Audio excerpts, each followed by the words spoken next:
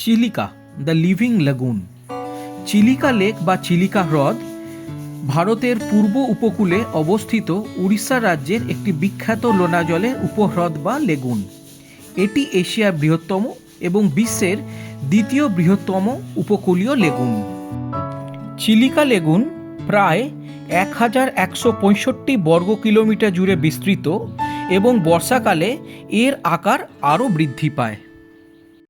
এটি উড়িষ্যা রাজ্যের পুরী, খুর্দা এবং গঞ্জাম জেলা জুড়ে বিস্তৃত। একটি সংকীর্ণ বালুকাময় শৈলশিরা বা চরের মাধ্যমে এই হ্রদ বঙ্গোপসাগর থেকে বিচ্ছিন্ন। দয়া নদী সহ বেশ কিছু নদী এই হ্রদে এসে মিশেছে।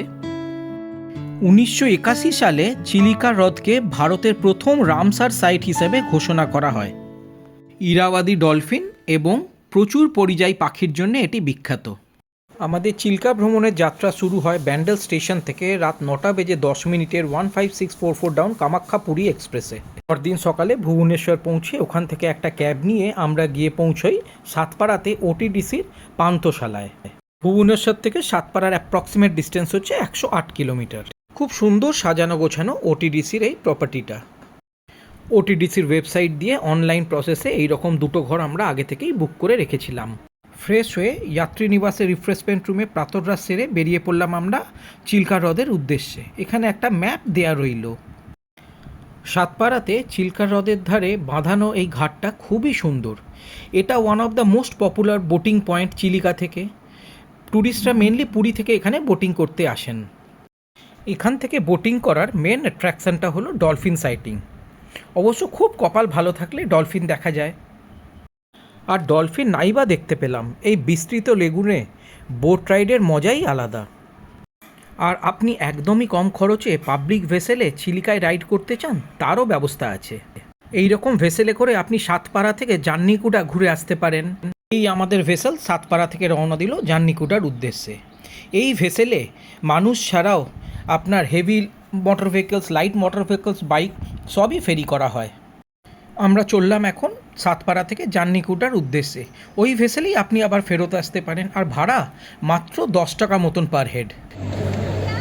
আর আপনার কপাল যদি ভালো থাকে এই পাবলিক ভেসেল রাইডের সময়তেও আপনি ডলফিন সাইট করতে পারেন। আমরা কিন্তু সেই দিক থেকে লাকি ছিলাম, যদিও খুব স্পষ্টভাবে দেখতে পাইনি, কিন্তু আমরা ডলফিন সাইট করতে পেরেছিলাম এই পাবলিক ভেসেল রাইডটার সময়। চিল্কা ডেভেলপমেন্ট অথরিটি এই ফেরি সার্ভিসটি অপারেট করে। আপনারা শুধু একটু টাইমিংসটা দেখে নেবেন। এর ফ্রিকোয়েন্সি কিন্তু খুব ঘন ঘন নয়, মোস্ট লাইকলি 1 ঘন্টা 2 ঘন্টার গ্যাপে গ্যাপে এই ফেরি সার্ভিসটা অপারেট করে। এই ফেরি সার্ভিসটি সাতপাড়া এবং ব্রহ্মগিরি অঞ্চলের মধ্যে ডিস্টেন্সটা অনেকটাই রিডিউস করে দেয়। এই সাতপাড়া ছাড়াও ট্যুরিস্টরা চিলিকা হ্রদকে বারকুল এবং রামভা থেকেও অ্যাক্সেস করতে পারে। কালকে আমরা সাতপাড়া থেকে চিল্কা বোট রাইড করব। আর এই দেখুন, বলতে বলতে আমরা ডলফিন সাইট করে ফেললাম।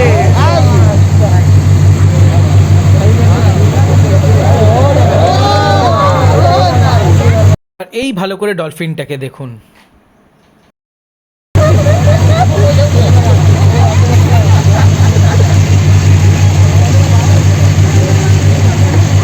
আর এই জান্নিকুডা থেকে সাতপাড়ার দিকে একটি ভেসেল যাচ্ছে। জান্নিকুডা থেকে সাতপাড়া ফেরত এসে বিকেল 3:30 দিকে এই রেস্টুরেন্টটায় চিলিকা ডেলিকেসি ক্র্যাব দিয়ে লাঞ্চ সারি। ইন্টারেস্ট থাকলে সাতপাড়ার চিলিকা ইন্টারপ্রিটেশন সেন্টারটাও ঘুরতে পারেন।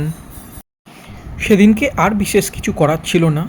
বিকেলটা ওটিডিসির পান্থশালার পার্কে কিছুটা লিজার টাইম কাটিয়ে পকোড়া আর চা দিয়ে ইভিনিং স্ন্যাক্স করে, তারপর সন্ধেটা লিজারলি কাটিয়ে রাত্রিরে ডিনার করে we called it a day.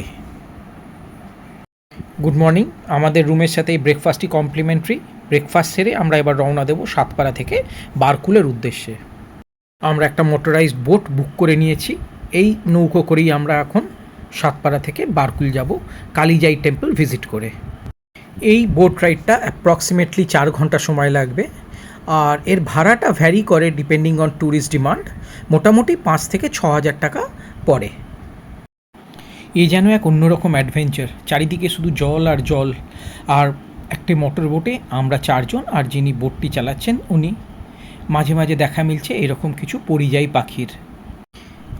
এই চিলিকাতে লোকাল লোকেদের মেন অকুপেশন হচ্ছে ফিশিং। চারিদিকে সব ফিশিং নেট লাগানো আছে। একদিকে যেমন ভালোও লাগছে, আবার একদিকে মনে হচ্ছে কতক্ষণে গিয়ে পৌঁছবো পারে। আমাদের সাথে আপনারাও এই সাতপাড়া থেকে কালিজাই আইল্যান্ড হয়ে বারকুল যাওয়ার বোট রাইডটা এনজয় করতে থাকুন। চলুন যেতে যেতে কালিজাই আইল্যান্ড এবং কালিজাই টেম্পলের হিস্ট্রিটা আপনাদের ব্রিফলি শেয়ার করি। বলা হয় যে এইখানকার এক লোকাল মেয়ে তার বিবাহের পর তার বাবার সাথে তার শ্বশুরবাড়ি যাচ্ছিলেন। সেই সময় হঠাৎ করে ঝড় ওঠায় তাদের নৌকোটি ডুবে যায়। যদিও তার বাবা এবং যে মাঝি নৌকো চালাচ্ছিলেন তারা বেঁচে যায়, ওই মেয়েটিকে আর কিন্তু খুঁজে পাওয়া যায়নি। ওই মেয়েটির নাম হচ্ছে জয়ী। লোকাল লোকেদের বিশ্বাস জয়ীর আত্মা কালী ঠাকুরের মধ্যে ফেরত আসে এবং সেই থেকে এই আইল্যান্ডে জয়ীকে কালী রূপে পুজো করা হয়। সেই থেকেই এই জায়গাটার নাম হচ্ছে কালিজাই। চারিদিকে শুধু জল আর জল, কোনো দিকে স্থল দেখা যাচ্ছে না। একদিকে যেমন সুন্দরও লাগছে, আর সত্যি কথা বলতে একটু একটু ভয়ও লাগছে। একদম যে ভয় লাগছে না তা নয়, but still we all are enjoying the boat ride.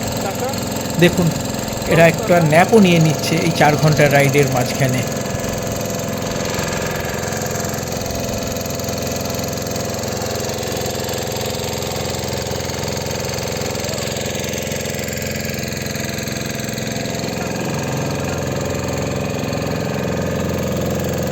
টাকা লিমিট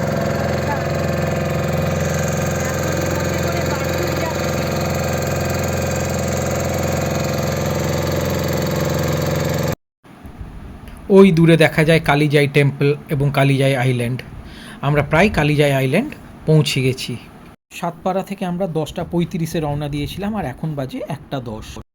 কালিজাই দেবীর দর্শন করে এখানে কিছুটা সময় কাটিয়ে এবার আমরা এগিয়ে যাই বারকুলের দিকে। এই কালিজাই আইল্যান্ড থেকে বারকুল যাওয়ার পথে আবার অনেক নৌকো দেখতে পাচ্ছিলাম। তার মেন কারণটা হচ্ছে এই কালিজাই টেম্পল বারকুলের অনেকটা কাছে পড়ে, তাই যারাই বারকুলে আসেন তারা কালিজাই টেম্পল জেনারেলি সাইট সিইং হিসেবে দেখতে আসেন। এদিককার সিনিক বিউটিও খুব সুন্দর। এই আমরা এবার বারকুল ঢুকছি। ঘড়িতে সময় এখন ঠিক 2:30। আমরা 10:35-এ রওনা দিয়েছিলাম, আমাদের তার মানে 4 ঘন্টা মতন লাগলো। এখানে প্রচুর ওয়াটার অ্যাক্টিভিটিস আছে। এইটি হচ্ছে বারকুলে ওটিডিসির পান্থনিবাস। একদম চিলিকা লেকের ধারেই এটি অবস্থিত। এই প্রপার্টিটাও খুব সুন্দর। ওটিডিসির বারকুল পান্থনিবাসে লোকাল ফিশ ডেলিকেসি দিয়ে লেট লাঞ্চ সেরে সেদিনকেই আমরা ওখান থেকে বালুগাঁও স্টেশন এসে বালুগাঁও থেকে প্রশান্তি এক্সপ্রেসে ভুবনেশ্বর পৌঁছে ওখান থেকে নীলমাধব ট্রাভেলসের স্লিপার বাসে করে পরের দিন সকাল 6টায় বাবুঘাট পৌঁছোই।